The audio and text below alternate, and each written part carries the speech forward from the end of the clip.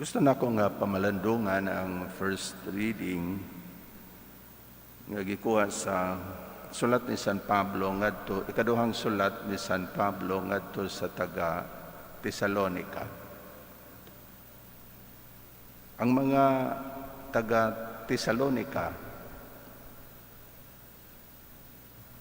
obsessed kaayo bahin sa second coming ni Kristo.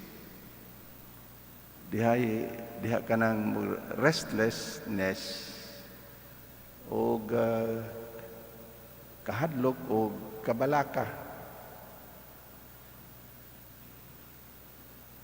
o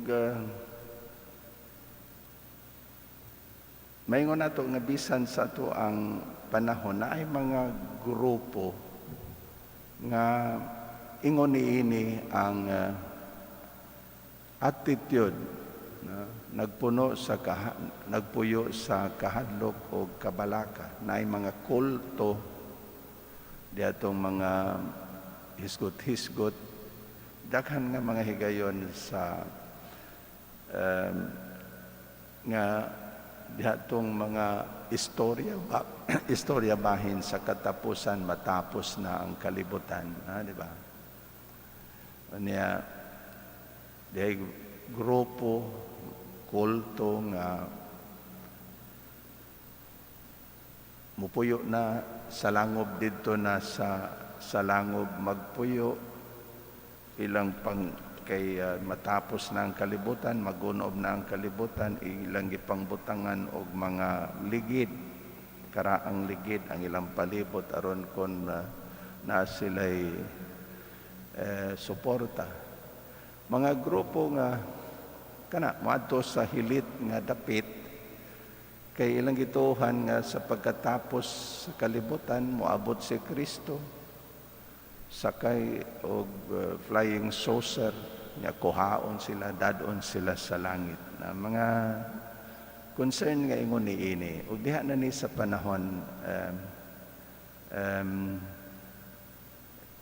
sa ato ang ni San Pablo mao ni ang concern sa mga taga Tesalonica. Ug mao kana nga nagsulat siya ikaduhang sulat kay sa unang sulat wala ra gihapon padayon ang maong attitude ug mga kabalaka sa mga taga Tesalonica. Dili ni kini nga attitude dili ni mao ang gusto sa Ginoo nga magpuyo ta sa kahadlok o kabalaka.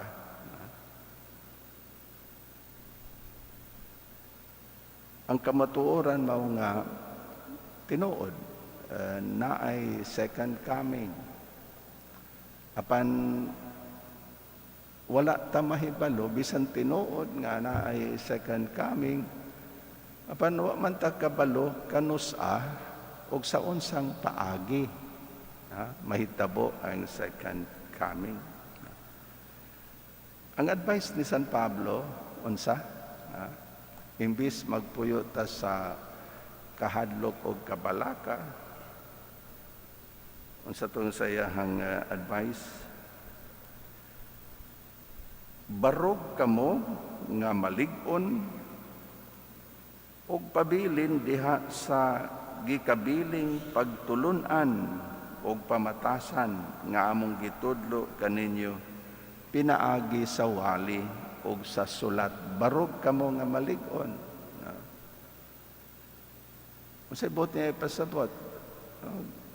Hinumdumi gihigug mata sa Ginoo og kay gihigug mamanta sa Ginoo dapat magpuyo ta nga puno sa paglaom di gyud ta pasagdan sa Ginoo. Nga ikaduha unsay at least mo to ang atong attitude nga mosalig sa Ginoo magbaton og lig-on nga pagtuo sa Ginoo. Dayon ikaduha magdasig ug maglig-on kaninyo sa tanang maayong butang nga inyong buhaton ug isulti nga ang buti ay pasabot nga magpuyo ta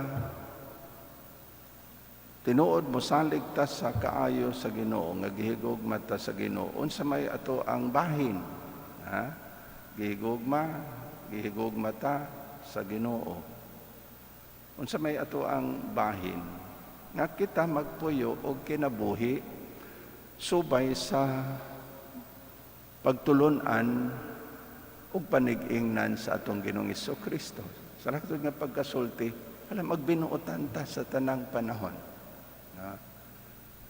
So, magbaton ang atuang hinumduman nga gihigugma ta sa Ginoo dili ta pasagdan sa Ginoo ug mao kana nga magpabilin kita nga puno sa paglaom. Ikaduha sa atuang bahin gihigugma ta sa Ginoo sa atuang bahin murag balos ba unsa may atong himuon magpuyo og kinabuhi subay sa mga pagtulon-an sa Ginoo magbinuotan sa tanang panahon ug sa tanang mga butang gasunod gyud ta sa Ginoo. Dunay usa ka santos nga gipangutana unsa may imong buhaton kun ugaling imong mahibaw-an nga karong adlaw mamatay na ka. Ang yan tubag unsa? Padayon ra ko sa ako ang naandan nga buluhaton. See? Kay sa tanang panahon gapuyo sa kinabuhi nga buotan ug makapahimuot sa Ginoo. No? Sa may kalainan nining adlaw sa ubang adlaw sa akong kinabuhi sa maura gihapon. So sa tanang panahon magpuyo ta og kinabuhi nga buotan og dalaygon. Mao nay labing maayo nga pag-andam alang sa second coming. Dili ka sa tawag ana dili ta maratol nga mao pay atong ibinuotan anang adlaw kay wa matakabalo kanusa og sa unsang paagi so sa tanang panahon magpuyo kita og kinabuhi nga buotan kinabuhi nga makapahimuod sa Dios. So again, hinumduman nato gihigugma ta sa Ginoo. Maluluyo ng Ginoo dili kita pasagdan sa Ginoo. Siguro maupod na ang attitude nato nining panahon sa COVID-19. Di ba? Puno ta sa kahadlok, puno ta sa kabalaka. Nya di po na malikayan. Dagan ta kaayong mga concerns unsay mahitabo sa akong pamilya. Hinumduman nato ang gisulti sa Ginoo, ang pasalig sa Ginoo. Ayaw mo kahadlok, ako kini. Ayaw mo kahadlok, ayaw mo kabalaka, ako kini. So ang importante magbaton tag dako nga pagtuo og sa ato ang bahin magbinuotan ragod ta na magpuyo ta og kinabuhi nga dalaygon dili pareho sa mga Pariseo nga gihisgotan sa ebanghelyo nga tigpakaaron ingnon limpyo unta tay labi na sa sulod kay unsay naa sa sulod mao gyud nay mugawas. Amen.